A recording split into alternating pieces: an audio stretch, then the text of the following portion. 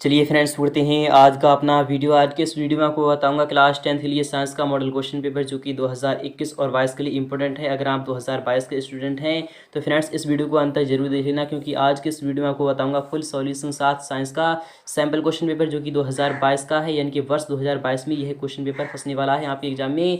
तो इसलिए इस वीडियो को अंत तक जरूर देख लेना फ्रेंड्स। आपको यहाँ पर रोल नंबर भरना होगा और टोटल नंबर ऑफ यानी क्वेश्चन इस क्वेश्चन पेपर में आपके 22 क्वेश्चन होंगे, जिसमें कि टाइम यानी कि total number of print page यानी कि यह क्वेश्चन पेपर आपका 8 पेज में दिया गया है, जिसमें कि वो कोड आपका दिया जा रहा है यहाँ पे सामने P914 यानी कि 914 ये आपका पिन कोड दिया जा रहा है, यानी कि कोड दिया जा रहा है पेपर का। और हाई स्कूल एग्जामिनेशन रेगुलर 2022 के लिए है ये, और विज्ञान का है यानी कि साइंस का है, हिंदी एंड इंग्लिश वर्जन में है, यानी कि यह क्वेश्चन पेपर आपका हिंदी मीडियम वाले भी देख सकते हैं और इंग्लिश मीडियम वाले भी बच्चे इस क्वेश्चन को और इस वीडियो को अंत तक देख सकते हैं।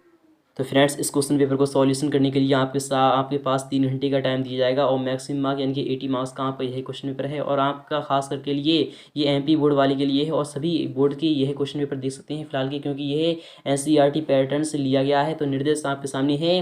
पहला है सभी प्रश्न अनिवार्य हैं, यानी कि ऑल क्वेश्चन आर कंपल्सरी, किंतु प्रश्न क्रमांक 5 से लेकर 22 में आपको आंतरिक विकल्प दिए जाएंगे। और सेकंड वाला है प्रश्न नंबर 1 से लेकर 4 तक आपको वस्तुनिष्ठ प्रश्न दिए जाएंगे, जिसमें कि प्रत्येक प्रश्न के लिए आपको 5 अंक दिए जाएंगे, कुल अंक जिसमें कि 5 चौक 20 यानी कि आपके 20 अंक मिल जाएंगे आपको। थर्ड वाला है प्रत्येक प्रश्न के लिए आवंटित अंक उनके सम्मुख अंकित होंगे, यानी क्वेश्चन कितने अंक का होगा आपके सामने राइट हैंड साइड में लिख दिया जाएगा। चौथा है प्रश्न क्रमांक 5 से लेकर 9 तक प्रत्येक प्रश्न पर आपको 30 शब्दों में आपको आंसर देना होगा। और पांचवा है प्रश्न क्रमांक यानी प्रश्न नंबर 10 से लेकर 14 तक प्रत्येक प्रश्न का उत्तर आपको लगभग 75 शब्दों में देना होगा। इसी तरह से यानी कि क्वेश्चन नंबर 15 से क्वेश्चन नंबर 19 तक प्रत्येक प्रश्न का उत्तर आपको 120 शब्दों में देना है। इसी तरह से 22 से आपका यानी कि 20 से 22 तक आपको प्रत्येक प्रश्न का उत्तर 150 शब्दों में देना होगा। तो फिलहाल के शुरू कर रहे हैं आज का अपना वीडियो फ्रेंड्स। पहला क्वेश्चन आ चुका है, काफी महत्वपूर्ण है। तो पहला क्वेश्चन हर साल फंसता है एग्जाम में। तो फ्रेंड्स पहला क्वेश्चन आ चुका है आप सामने है, यहाँ पर कह रहा है रिक्त स्थान भरिए, यानी कि एक एमपी बोर्ड ऐसा यानी कि ऐसा बोर्ड है जिसमें कि जो क्वेश्चन पूछा जाता है तो वो रिक्त स्थानों के माध्यम से पूछा जाता है और मल्टीपल चॉइस क्वेश्चंस के माध्यम से भी पूछा जाता है और यानी कि वेरी शॉर्ट क्वेश्चन भी पूछे जाते हैं और शॉर्ट क्वेश्चन भी पूछे जाते हैं एंड लॉन्ग क्वेश्चंस भी पूछे जाते हैं। तो फिलहाल की आपका पहला क्वेश्चन आ चुका है। पहले क्वेश्चन का पहला वाला क्वेश्चन है कि क्षैतिज पंक्तियों को डैश डैश कहा जाता है, यानी जो क्षैतिज पंक्तियां होती हैं, जो क्षैतिज पंक्तियां इस तरीके से होती हैं जैसे कि एक्स अक्ष और वाई अक्ष आपने पढ़ा होगा। तो क्षैतिज जो होती है वह एक्स अक्ष वाली होती है। तो क्षैतिज पंक्तियों को क्या कहा जाता है, तो आपको पता होना चाहिए क्या कहा जाता है। तो उन्हें कहा जाता है आवर्त कहा जाता है, यानी क्या कहा जाता है, तो आवर्त कहा जाता है। क्योंकि जो यानी कि जो केमिस्ट्री में आपने पढ़ा होगा चैप्टर जो है क्षैतिज पंक्तियां वाला, यानी कि जो जिसमें कि क्या है पीरियोडिक टेबल वाला जो चैप्टर है आपने वो पढ़ा होगा, तो उसी में आपको यानी कि दिखाया जाएगा क्षैतिज पंक्तियां कैसी होती हैं, तो आवर्त की तरह होती हैं, यानी कि उन्हें आवर्त कहा जाता है। सेकंड वाला है अपशिष्ट पदार्थों का शरीर से बाहर निकलना डैश डैश कहलाता है, यानी जो अपशिष्ट पदार्थ होते हैं अर्थात जो गंदे पदार्थ होते हैं जैसे कि मूत्र हो गया या जैसे कि पसीना हो गया, तो अपशिष्ट पदार्थों का शरीर से बाहर निकलना क्या कहलाता है, तो वह कहलाता है उत्सर्जन कहलाता है। क्या कहलाता है, उत्सर्जन कहलाता है। मैं यहाँ पर लिख दे रहा हूँ, आपको सेम इसी तरह से लिखना होगा। यानी क्वेश्चन सावी काफी महत्वपूर्ण है कि विकासीय दृष्टिकोण से हमारी अधिक समानता किससे है, यानी कि विकासीय दृष्टिकोण जो है उससे हमारी अधिक समानता किससे है, तो चीन के विद्यार्थी से है, यानी चीन के विद्यार्थी से आपका यहाँ पर आ जाएगा आंसर, यानी चीन के विद्यार्थी यानी चीन के स्टूडेंट आपका यहाँ पर आंसर आ जाएगा। नेक्स्ट क्वेश्चन चलते हैं, काफी महत्वपूर्ण होने वाला है क्वेश्चन नंबर, यानी कि यहाँ पर दावा क्या कह रहा है कि विद्युत विभव का ऐसा ही मात्रक क्या होता है, तो विद्युत विभव या फिर विभवांतर का जो ऐसा ही मात्रक होता है वो सदैव वोल्ट होता है। क्या होता है, वोल्ट होता है। इसका मात्रक यानी कि ऐसा ही मात्रक भी होता है। नेक्स्ट क्वेश्चन है, यानी कि इस कचरे का निपटान एक गंभीर क्या है, तो ये एक जो कचरे का निपटान किया जाता है तो वो एक गंभीर पर्यावरणीय समस्या है। क्या है, पर्यावरणीय समस्या है। तो आपका समझ में आ रहा होगा। नेक्स्ट क्वेश्चन चलते हैं, इसे इंग्लिश मीडियम वाले भी विस्तार के साथ समझ सकते हैं। नेक्स्ट क्वेश्चन भी काफी महत्वपूर्ण होने वाला है। यहाँ पर कह रहा है सेकंड वाला क्वेश्चन कि जोड़ी मिलाई यानी कि मैच द फॉलोइंग आपको मिलान करना होगा।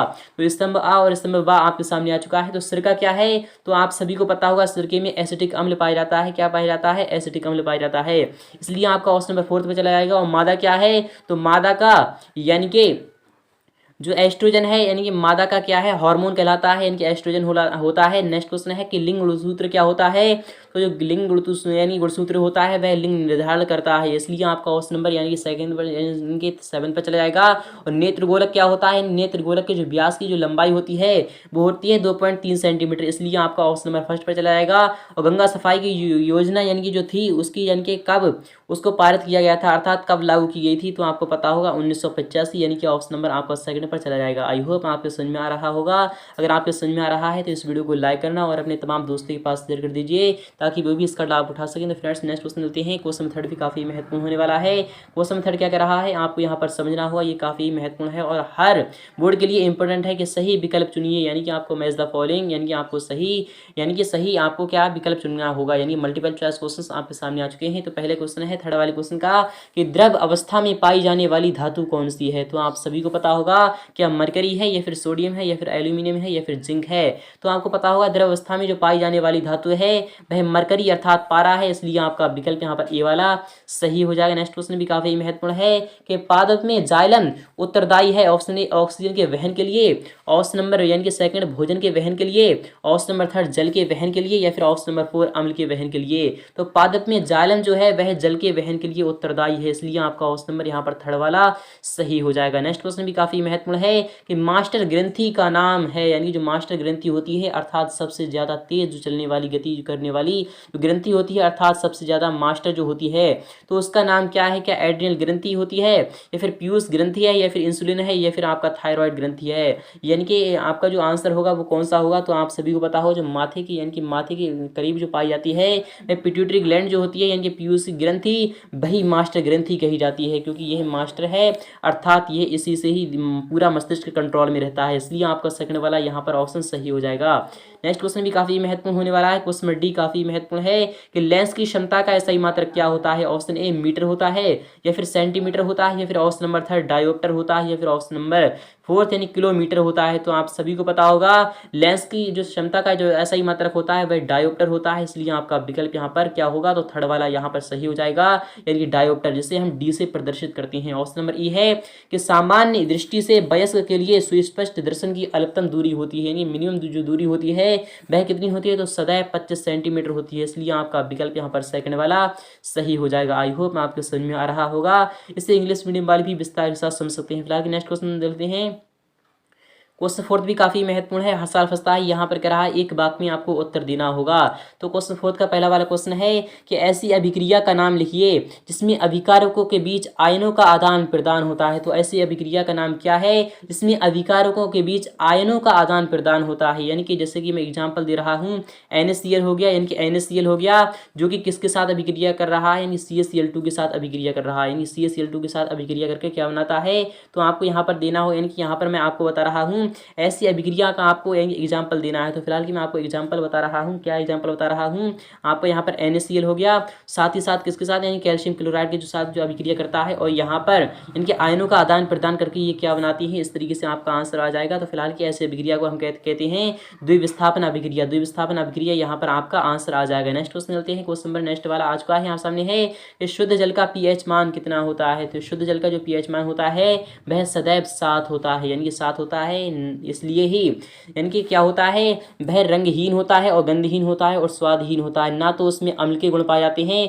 और ना ही क्षार के पाए जाते हैं, वह उदासीन होता है, क्योंकि शुद्ध जल का जो pH मान होता है वह 7 होता है। ऑप्शन नंबर सी देख लेते हैं कि वायु की अनुपस्थिति में होने वाले शोषण को क्या कहते हैं। तो वायु की अनुपस्थिति में होने वाले शोषण को हम अवायवीय शोषण कहते हैं। क्या कहते हैं, अवायवीय शोषण। आपका यहाँ पर आ जाएगा आंसर अवायवीय शोषण। नेक्स्ट क्वेश्चन चलते हैं, यानी कि नेक्स्ट क्वेश्चन भी काफी महत्वपूर्ण है कि विद्युत आवेश का मात्रक क्या होता है। तो विद्युत आवेश का जो मात्रक होता है वह कूलॉम्ब होता है। क्या होता है, कूलॉम्ब होता है। तो आपका यहाँ पर आंसर आ जाएगा कूलॉम्ब, यानी कि जिसे हम सी से प्रदर्शित करते हैं। नेक्स्ट क्वेश्चन है रेफ्रिजरेटर, यानी कि रेफ्रिजरेटर यानी कि शीतलन का अग्निशमन में उपयोगी कार्बन का नाम क्या है। तो क्लोरोफ्लोरोकार्बन है, यानी कि CFC है। आपका आंसर आ जाएगा। इसे इंग्लिश मीडियम वाले भी विस्तार के साथ समझ सकते हैं। तो क्वेश्चन 5 देते हैं, काफी महत्वपूर्ण होने वाला है कि वायु में जलाने से पहले मैग्नीशियम रिबन को साफ क्यों किया जाता है। तो वायु में जलाने से पहले मैग्नीशियम रिबन को साफ इसलिए किया जाता है ताकि उस पर कोई भी धूल कण वगैरह हो और उसे साफ कर दिया जाए ताकि वह आग अच्छी तरीके से पकड़ ले और उसे वह आसानी से जल जाए, इसलिए उसे क्या कहते हैं, उसे साफ किया जाता है। इस तरीके से आपका आंसर आ जाएगा। फिलहाल कि यह क्वेश्चन आपको अच्छी तरीके से समझना होगा। नेक्स्ट क्वेश्चन, यह क्वेश्चन आपका द्वंद का होगा। अथवा वाला क्वेश्चन है ऊष्माक्षेपी रासायनिक अभिक्रिया को आपको परिभाषित करना है। तो ऊष्माक्षेपी अभिक्रिया क्या होती है, वह अभिक्रिया जिसमें यानी कि उत्पाद के साथ साथ ऊष्मा भी उत्सर्जित होती है, उसे हम ऊष्माक्षेपी अभिक्रिया कहते हैं। इसका उदाहरण भी आपको लिखना होगा। ऑप्शन नंबर 6 है, यानी क्वेश्चन नंबर 6 क्या कह रहा है, मेंडलीव का आवर्त नियम आपको लिखना होगा। यह काफी महत्वपूर्ण है, हर साल फंसता है यह क्वेश्चन, इस बार ये पक्का फंसेगा। यह क्वेश्चन काफी महत्वपूर्ण है, 100% ये क्वेश्चन आने के चांसेस हैं। अगर आप चाहते हैं इसका सॉल्यूशन तो फ्रेंड्स अभी मैं आपको बता रहा हूं इसका सॉल्यूशन क्या होगा। फिलहाल कि आपको नेक्स्ट क्वेश्चन मिलते हैं। अथवा वाला है कि डॉ-ब्राउनर का त्रिक नियम क्या है। तो डॉ-ब्राउनर का त्रिक नियम और मेंडलीव का आवर्त नियम मैं अभी भी आपको बता रहा हूं डायरेक्टली। तो फ्रेंड्स नेक्स्ट क्वेश्चन मिलते हैं। फिलहाल के क्वेश्चन 7 भी काफी महत्वपूर्ण होने वाला है कि स्वपरागण यानी कि स्वपरागण को परिभाषित करना है आपको, यानी कि स्वपरागण क्यों क्या परिभाषा होती है, इसको आपको पूरी परिभाषा देना है। तो फ्रेंड्स इसकी भी मैं आपको परिभाषा दे रहा हूं। तो अथवा वाला क्वेश्चन है कि जनन क्यों आवश्यक है। फ्रेंड्स अपना अस्तित्व बनाए रखने के लिए जनन आवश्यक है, इसलिए आपका यहाँ पर इसका आंसर हो जाएगा। फिलहाल की मैं आपका आंसर इसका अभी बता रहा हूँ। तो फ्रेंड्स जो क्वेश्चन कह रहा था आपसे, यानी क्वेश्चन नंबर 20 यहाँ फिलहाल कि यहाँ पर 260 है। फिलहाल कि आपको वही क्वेश्चन में आपको आंसर लिखना होगा कि वायु में जलाने से पहले मैग्नीशियम रिबन को साफ क्यों किया जाता है। तो आपको इसका आंसर दिया जा रहा है कि वायु में जलाने से पहले मैग्नीशियम रिबन को साफ इसलिए किया जाता है ताकि वह जलते समय पूरी तरह वायु के संपर्क में आ रहे और वह आसानी से जल जाए, इसलिए यानी कि मैग्नीशियम रिबन को साफ किया जाता है। आई होप आपके समझ में आ रहा होगा। नेक्स्ट क्वेश्चन का भी आंसर देख लेते हैं, काफ़ी महत्वपूर्ण होने वाला है। तो फ्रेंड्स यहाँ पर कह रहा है यानी कि ऊष्माक्षेपी एवं ऊष्माशोषी अभिक्रिया को उदाहरण सहित आपको परिभाषित करना है। तो फिलहाल के मैं आपको पूरी परिभाषा यहाँ पर दिखा रहा हूँ, इसको आपको चित्र के माध्यम से भी फिलहाल के समझ सकते हैं। तो आपका ऑप्शन नंबर यानी कि क्या कह रहा है, यानी कि ऊष्माक्षेपी अभिक्रिया क्या होती है।